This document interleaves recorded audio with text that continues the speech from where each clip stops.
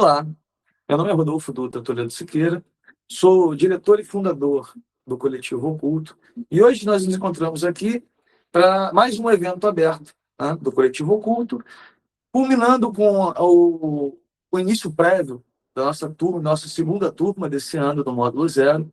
Nós vamos falar um pouco sobre a roda do ano telêmica. A maior parte das pessoas deve pensar, poxa, mas agora a gente vai falar sobre a roda do ano telêmica? O ano novo começa lá no dia 20 de março. Qual é a ideia, né? É muito interessante para nós entendermos que, por mais que exista uma representação ligada ao início do ano novo, na entrada do Sol na casa de Áries, também existe todo um processo ligado às estações do ano. E no nosso hemisfério, nós estamos passando justamente por um período de morte do Sol, né? O inverno, aquele momento em que a beleza do mundo é sequestrada, né? Hades vem, sequestra Perséfone e leva ela para o submundo, e o mundo esfria.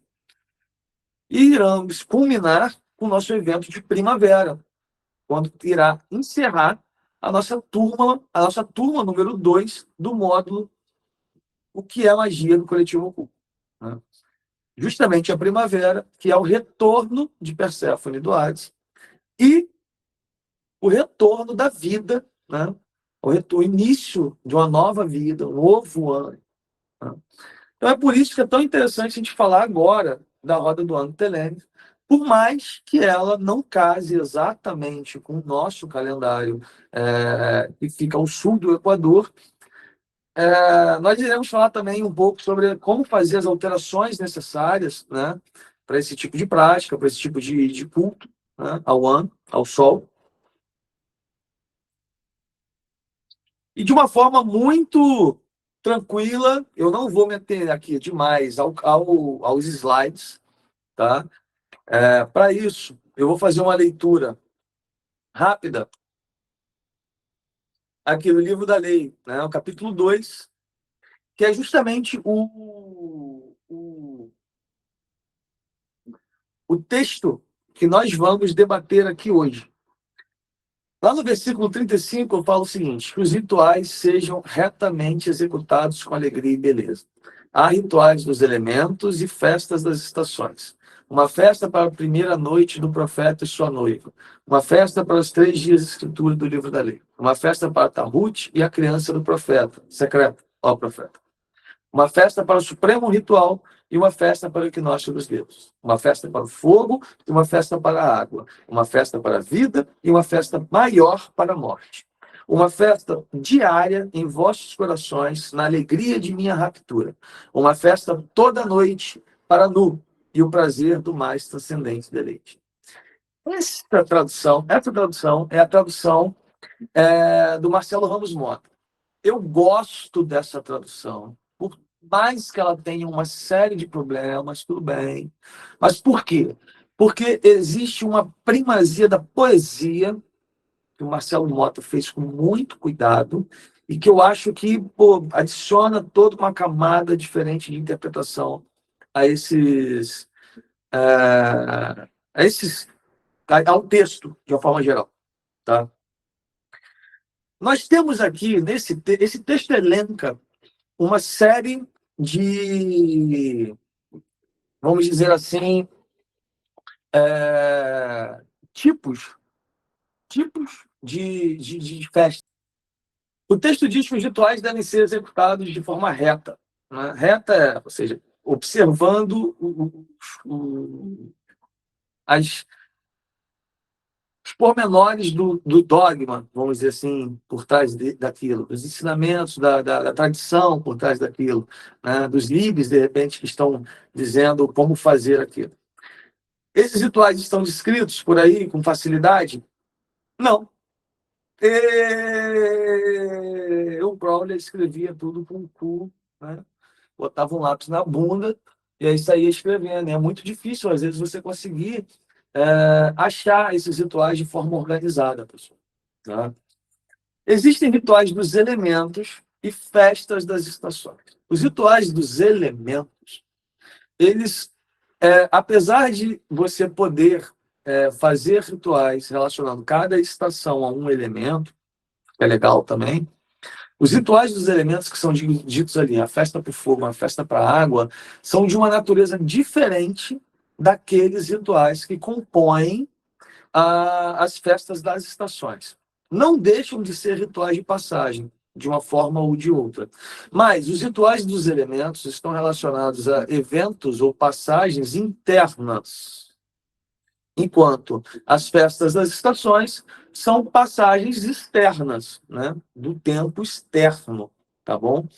É dito que é para ser feita a comemoração da primeira noite do profeta e sua noiva. Galera, vamos lá. É aí que eu começo a falar. Pô, Telemann não é religião. Tá, mas você comemora o cruzo do profeta, irmão. Literalmente isso. A noite de núpcias de Crowley e a sua primeira mulher escalante. Tá? A mulher que foi responsável pela recepção do livro da lei. Essa noite é comemorada no dia 12 de agosto. É a primeira noite, né, do profeta e sua noiva.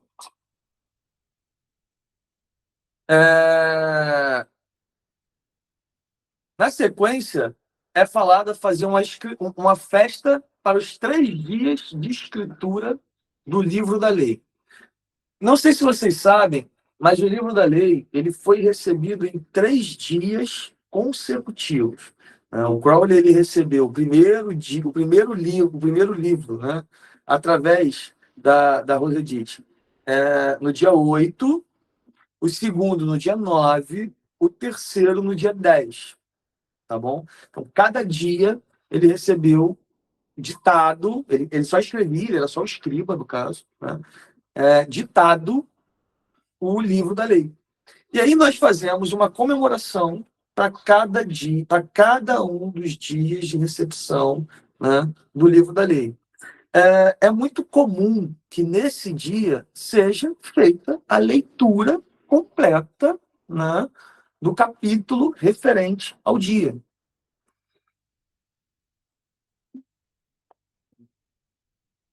E é uma forma também, né, de certa forma, a gente manter a importância do livro em si. Tá? Existem, eu não vou lembrar agora qual é o autor exatamente, que diz que existem religiões, se eu não me engano, Swami Vivekananda vai falar disso, cara. Que diz que existem as religiões que são do livro e as religiões que são sem livro. Né? E Telemann é uma religião que possui livro. Né? Existe um livro sagrado, o livro da lei. Então, é muito importante para nós, como telemitas, e aí eu me incluo, né? A comemoração dessa data de 8, 9 e 10 de abril. Tá? Na sequência, é dito uma festa para Tahut e a criança do profeta. Secreta ao profeta. Durante um bom tempo, eu fiquei batendo na tecla, né, do que era essa festa da criança do profeta. Mas será que o Crowley tinha um filho? Será que eu tenho que comemorar o Achad, que é o filho mágico dele? De verdade, eu fiquei muito tempo batutando nessa tese, nesse versículo. E aí, óbvio, você vai pesquisar, você vai tentar entender qual é o conceito, você vai ter um tempo. Eu me deparei justamente com um feriado telêmico, né, que depois eu adotei, que é o Crowleymas. Não sei se vocês conhecem, mas é o nascimento do Crowley. Então, o que é dito ali, até pelo entendimento da Otto também, e o entendimento que que eu escolhi para mim, é justamente uma festa para o nascimento do Crowley. Né?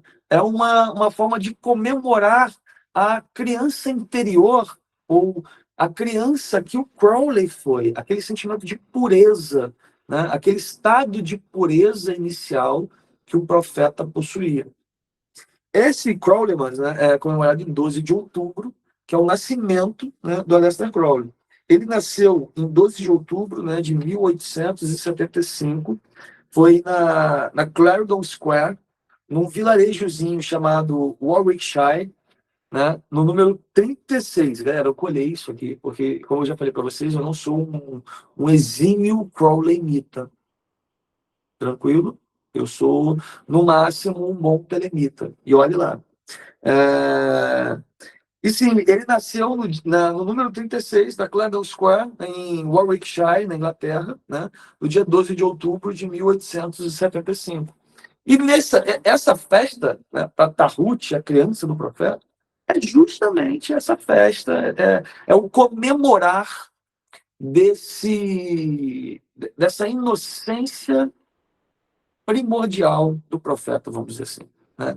A comemoração do seu nascimento e da sua criança. Depois, nós temos, no versículo 40, falando uma festa para o supremo ritual e uma festa para o equinócio dos deuses. E olha que interessante.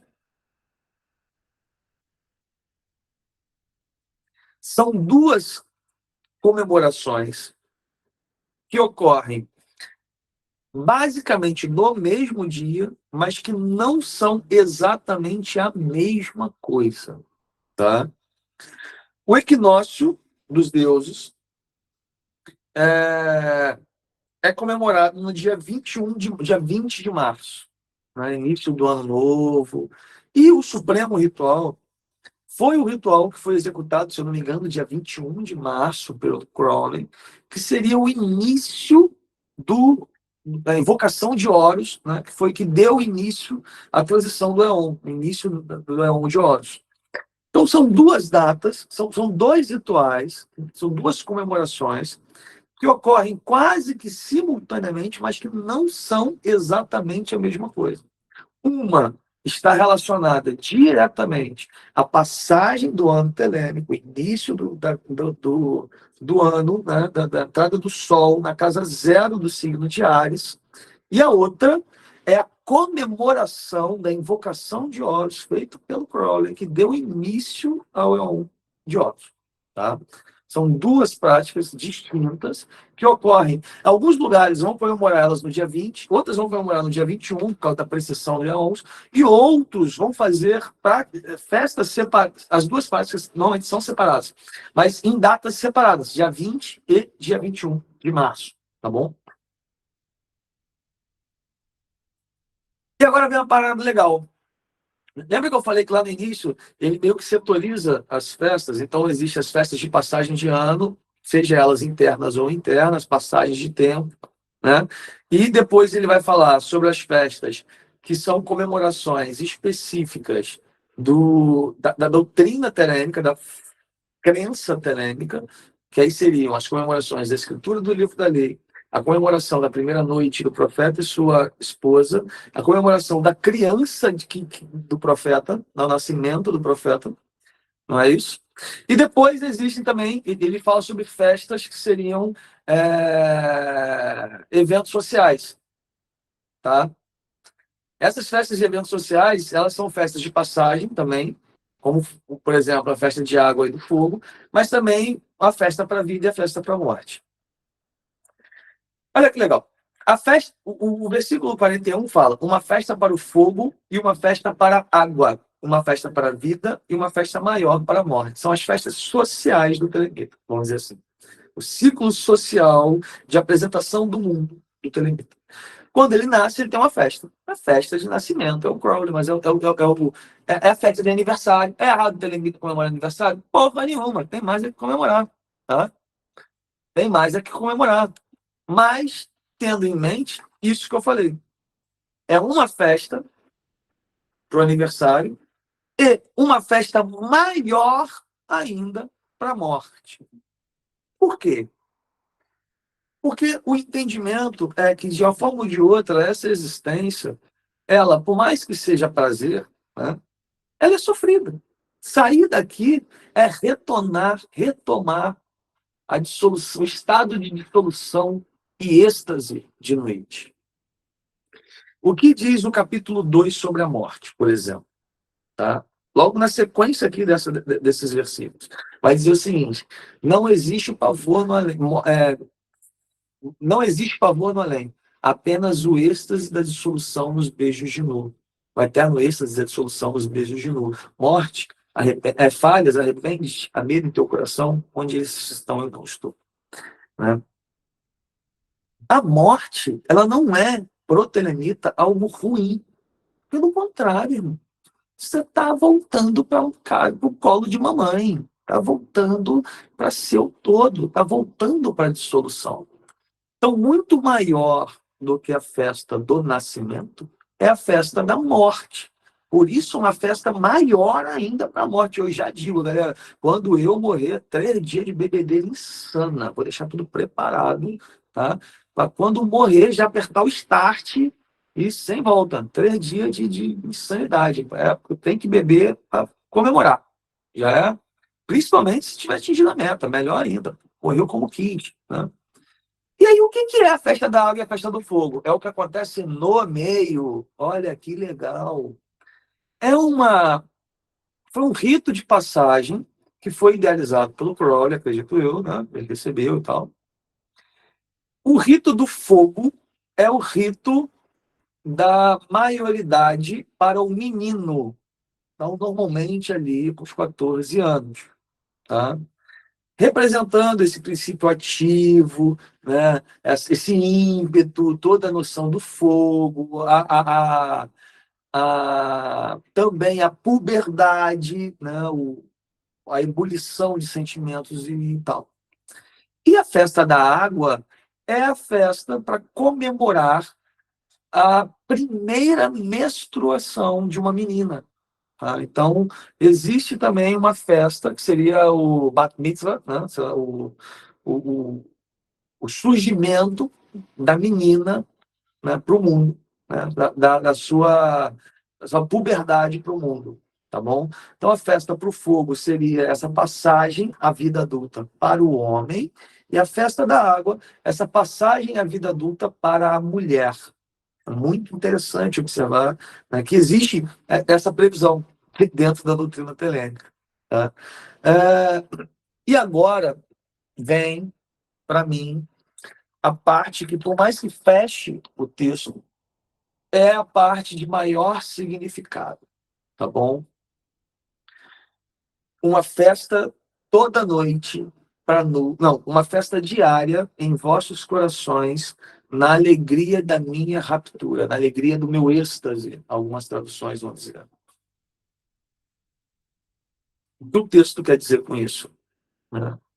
E aí, quando eu falo isso, são cabeça, vozes da minha, opiniões pessoais que eu estou dando aqui, tá, pessoal? O que o texto quer dizer com isso? Para mim, é uma chamada a viver na alegria.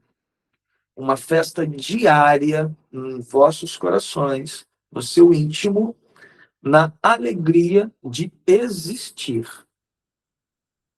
Lembra que quem fala nesse capítulo é Hadith. Então, o êxtase da minha raptura, a alegria do meu êxtase, né? A alegria da minha raptura, a alegria do meu êxtase, é a alegria do êxtase da existência individual, de Hadith. Então, Telemann é, de certa forma, ou de todas as formas até, uma religião de prazer, uma religião de festa, uma doutrina de festa, uma filosofia que tenta encaminhar o indivíduo sempre para esse local de prazer, de êxtase, de viver a vida em sua plenitude. Tá? E uma festa toda noite para nu e o prazer do mais transcendente deleite. O que é isso, galera? Se existe uma festa todo dia em Hadith, que sou eu, interno, e ele me indica a fazer uma festa toda noite com nu. Para quem pegou a referência, ó. Galera. O livro da lei está falando para você amar a noite, né? Ter o êxtase de ter prazer ou noite? Através como? Do transcendente deleite da união entre Radite e noite. Tá? Uma festa toda noite. Vamos lá, toda noite, você e o seu amorzinho façam o que vocês gostam de fazer. Sempre a quem? Agora de noite. Lembra? O capítulo 1 fala, sempre a mim. Vai, excede, ó, mas sempre a mim. Sempre para mim. Sempre, no caso, né, para glória, para o conhecimento, compreensão de noite. E noite é o quê? É o outro. Então, por isso que o prazer transcendente do outro, tá? É saber encontrar prazer nos braços do outro, não só focado em si. Né? Então vamos lá, fazendo um resumo. Né? Nós temos festa dos elementos e festa das estações. Quais são as festas das estações? Solstícios e equinócios. Né? No Brasil, tá? O nosso equinócio é de outono e de primavera, e o solstício de inverno e de verão ocorrendo, né, lá nas datas diferentes do hemisfério norte. Tá? Outono em 20, 21 de março, né? Primavera em 21, 22 de setembro, tá? E os solstícios de inverno, né, no Brasil ocorrem dia 20, 21 de junho, e os de verão dia 20, 21, 22 de dezembro. Tá? E vocês podem reparar que todas as festas e eventos abertos ao público do coletivo ocorrem orbitando essas datas. Tá bom? Então, sempre que vocês começarem a ver, ó, proximidade com o equinócio ou o solstício, saibam que em algum lugar vai ter um evento presencial do coletivo ocorrendo. Tá bom? E aí, as festas dos elementos, que são faladas aí, que também são festas de passagem, são as festas do fogo e da água que marcam a puberdade para o menino e para a menina. Lembram? E aí, ó, na sequência, nós entramos nas três festas que são consideradas festas, posso considerar, né, festas doutrinárias ou festas ligadas à crença telêmica, que é a festa da primeira noite do profeta e sua esposa, as 3 dias de escritura do livro da lei e o nascimento do Aleister Crowley. Né? Primeira noite do profeta e sua noiva, 12 de agosto, escritura do livro da lei, 8, 9 e 10 de abril, e a festa da criança do profeta, né? Que é o nascimento do Aleister Crowley, em 12 de outubro. Já? 12 de outubro, né, Dia das Crianças. Olha que legal, é verdade, né? Nós temos essa... Dia das Crianças é o Crowley, mas... Muito bom. Nós temos essa facilidade.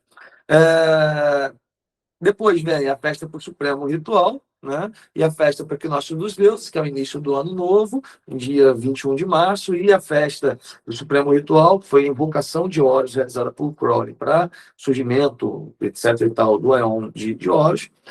A festa do fogo e da água, a festa da vida e da morte, que são as festas que estão relacionadas aos eventos sociais da vida do telemita, do circo da vida dele, ou seja, nascimento, aniversário, tá? Início da puberdade e a festa da morte. Né? E nós comemoramos a do Crowley no dia 1º de dezembro? 1º de dezembro, se eu não me engano. 1º de dezembro. E só relembrar. E, por final, né, as festas que são consideradas festas diárias, festas internas, que são a festa, né, do êxtase, da existência, de ser quem se é, e uma festa, né, para a noite, que é o êxtase proporcionado na companhia do outro. Né? Nós não vivemos isolados, pessoal. É isso. Eu espero que vocês tenham gostado, pessoal. Eu sei que, como eu costumo dizer, os encontros aqui do coletivo, eles demoram entre meia hora e 45 minutos no máximo. Tá? Hoje nós estamos até com menos tempo, mas justamente por uma questão de respeito a vocês. Tá? Para fazer parte do coletivo, pessoal, coletivo oculto, eu gostaria de deixar claro para vocês que o coletivo oculto não é a escola de magia, tá? A grande parte de vocês estão matriculados na Escola de Magia do Coletivo Oculto. Mas, para fazer parte do coletivo, existe uma série de pré-requisitos que devem ser cumpridos para aquele que quer estar no rolê, né? A escola é para todos, o coletivo não é para todos, tá bom? Concluir os módulos da escola do coletivo não te habilita a fazer parte do coletivo. Apenas facilita que você chegue lá, tá? O coletivo oculto é um grupo de pessoas que estão comprometidas com a divulgação e o ensino e a prática de magia, tá? E essa divulgação, ela tem que ser gratuita. Então, todo membro do coletivo tem um compromisso público de não ganhar dinheiro utilizando magia, entendeu? Por isso que não é para todos. Muitas pessoas vêm até a escola, aprendem tarô e depois querem montar o seu próprio grupinho para cobrar uma graninha para ir lá vender a sua consulta. Isso é errado? Cada um faz o que quer, cada um faz como quer. Tá bom, pessoal? Vocês podem, inclusive, aprender tarô com o coletivo mais à frente e irem cobrar pelas suas consultas. Mas vocês não vão poder cobrar por consultas e fazerem parte do coletivo, infelizmente. Tá? Ou felizmente. A régua está aqui e é isso. Tá? É um compromisso de quem é membro. Por quê? Porque nós temos o compromisso de toda vez que esse símbolo estiver associado, tá? Isso aqui representa a gratuidade de conhecimento, gratuidade de acesso.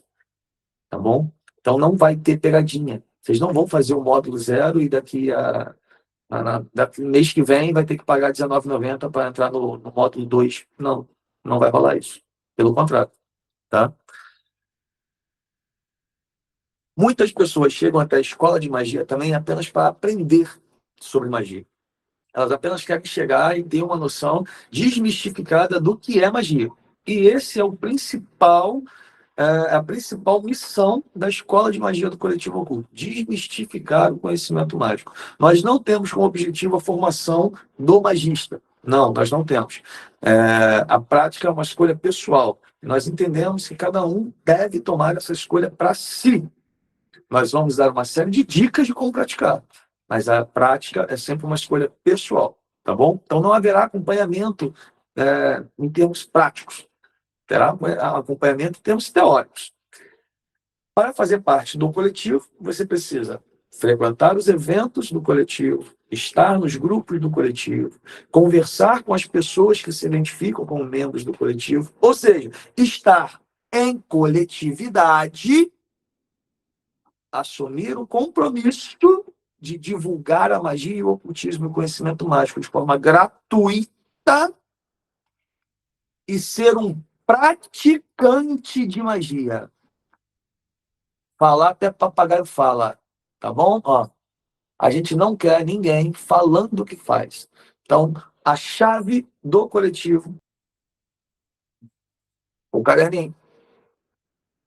Esse aqui foi o primeiro caderninho que a gente distribuiu para o coletivo. Ó. Esse foi o primeiro. Hoje nós chegamos nesse aqui. É o nosso, quase que o nosso estado da arte. E vai melhorar ainda. Tá? Mas a pessoa, ela chega no evento, ela recebe esse caderninho e ela vai entregar esse caderninho preenchido com as práticas dela. O que ela vai botar ali? O problema é dela. Eu quero saber se ela pratica. O que ela pratica, o problema é dela. Depois que eu souber que ela pratica, aí a gente ajusta. Agora, não tem como ensinar a pessoa a ser um praticante. Eu tenho como ajustar a prática para a gente chegar onde a gente quer.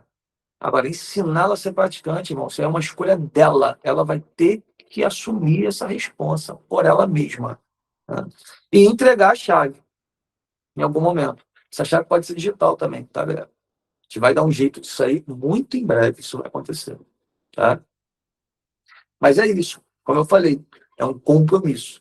Nem todos estão para esse compromisso. E não tem problema vir aprender com a gente. Não tem, pode vir aprender com a gente. Tá? É para isso que a gente está aqui. Tá bom, pessoal? Nosso objetivo é conquistar o mundo. E eu não estou mentindo. Então, vocês que não me levam a sério. Pessoal, agradeço, tá? A presença de todos hoje. Como eu falei, o coletivo é uma coisa, a escola é outra. O objetivo da escola é desmistificar a prática mágica, levar conhecimento, quebrar essa visão mitológica que nós temos da prática de magia e de quem é o praticante de magia. E o coletivo é para aqueles que querem assumir um compromisso de divulgação do conhecimento mágico de forma gratuita, tá bom? É isso. Agradeço a todos e até mês que vem com o nosso próximo evento aberto, tá? Os membros da nossa sala, do nosso módulo 2, já fiquem ligados nos seus moderadores, que muito em breve eles vão começar a passar para vocês os links do Classroom, onde vocês vão ter aulas, as aulas gravadas. A gente já vou regravar tudo, galera, com esse fundo, vai ficar muito legal, porque a gente faz tudo com amor.